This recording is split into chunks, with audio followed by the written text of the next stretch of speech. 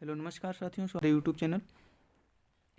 जैसा कि आप सब जानते हैं कि यूपीपीसीएस आरओ 2023 की एग्ज़ाम नज़दीक में है। उसी दृष्टिकोण को ध्यान में रखते हुए जो आई दृष्टि की घटना चक्र आई है उसी का पूरा सॉल्यूशन इस पर कराया जा रहा है।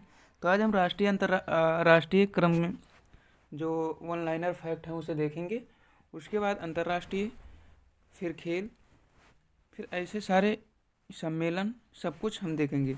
चलिए स्टार्ट करते हैं आज का हम अपना पहला प्रश्न।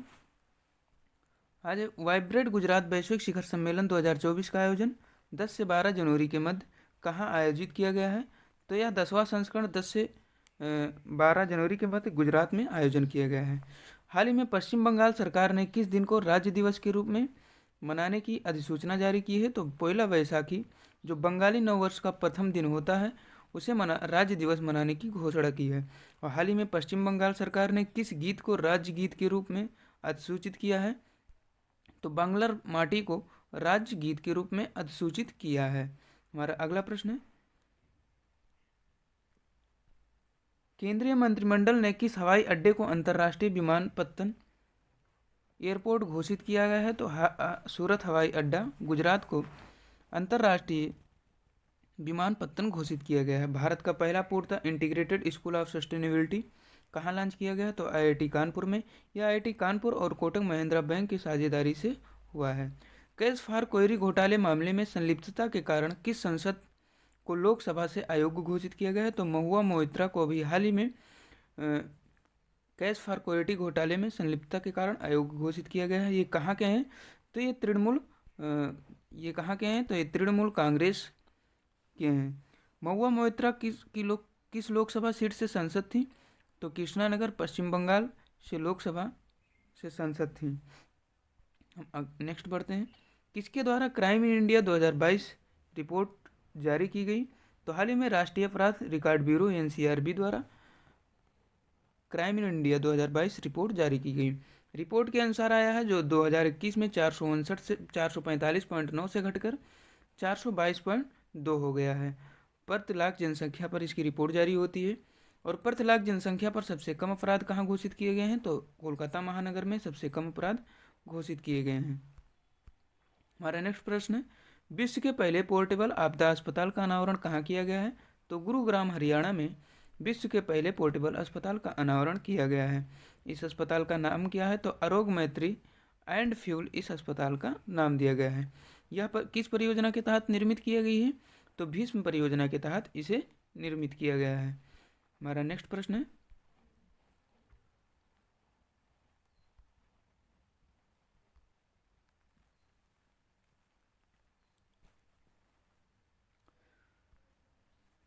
केंद्रीय मंत्रिमंडल ने विशेष रूप से संवेदनशील जनजातियों के लिए किस योजना की मंजूरी प्रदान की है? तो हाल ही में केंद्रीय मंत्रिमंडल ने विशेष रूप से संवेदनशील जनजातियों के लिए प्रधानमंत्री जन मन योजना की मंजूरी प्रदान की है।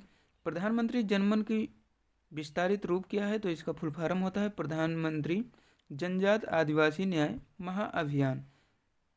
द हम्प नामक द्वितीय विश्व युद्ध संग्रहालय का उद्घाटन कहाँ किया गया है? तो पासीघाट अरुणाचल प्रदेश में इसका उद्घाटन किया गया है। हमारा नेक्स्ट है, केंद्रीय मंत्रिमंडल ने किस समूह को ड्रोन उपलब्ध कराने के संबंधित एक योजना को मंजूरी दी है?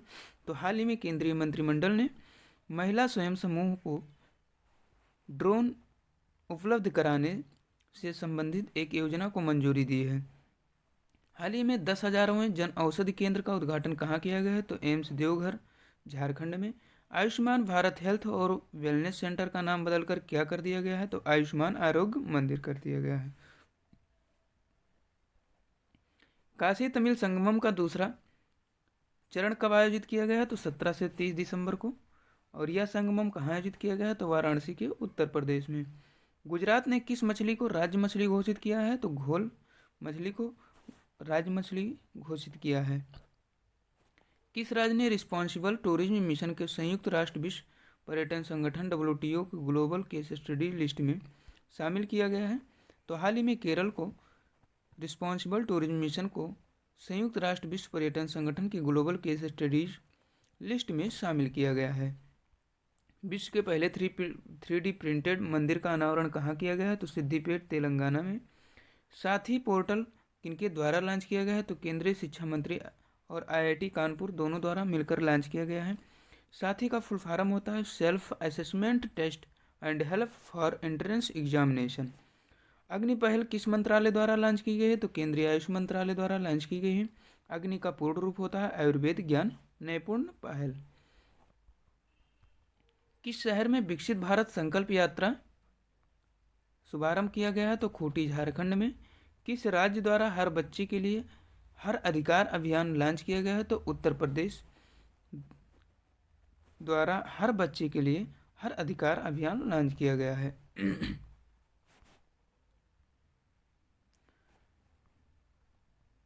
हमारा नेक्स्ट प्रश्न है city investment to innovate integrated and sustain cities 2.0 जिसे कहा गया, इसका फुल फॉर्म होता है city investment to innovate integrated and sustain.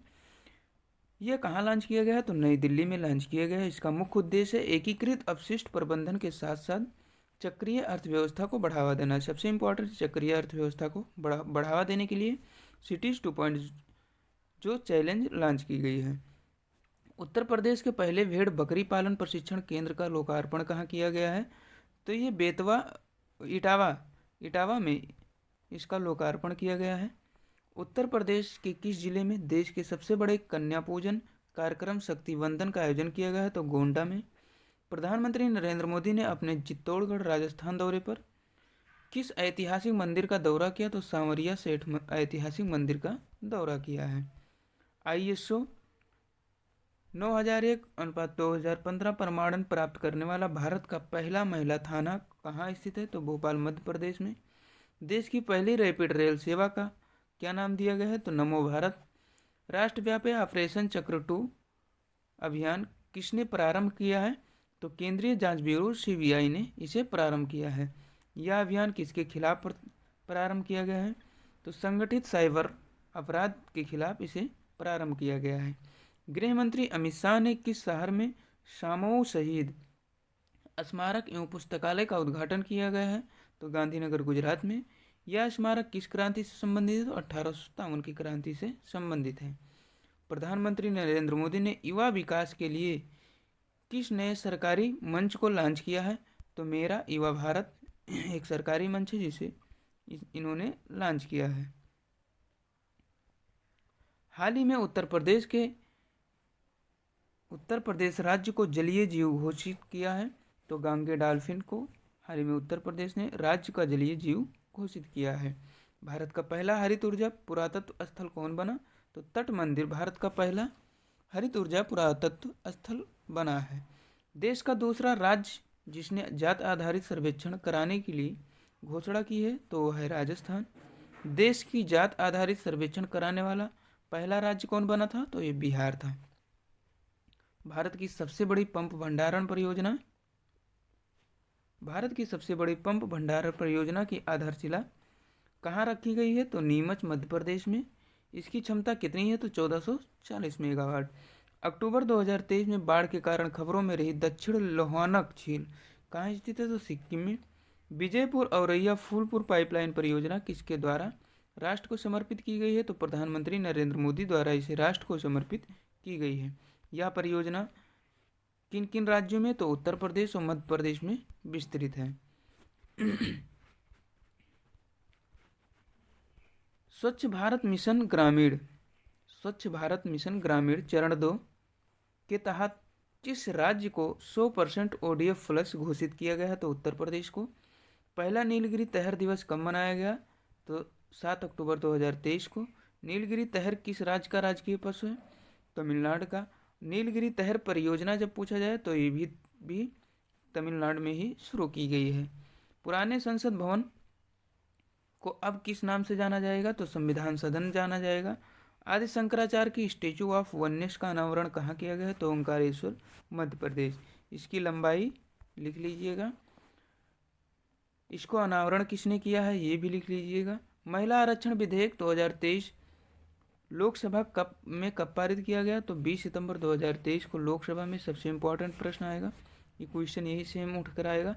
इस विधेयक को राज्यसभा में कब पारित किया गया? तो 21 सितंबर 2023। 20 सितंबर, 21 सितंबर। 20 सितंबर को लोकसभा में, 21 सितंबर को राज्यसभा में इसे पास किया गया। ये कौन सा संविधान संशोधन अधिनियम है? तो 128वां संविधान संशोधन अधिनियम है। और 106वां संविधान संशोधन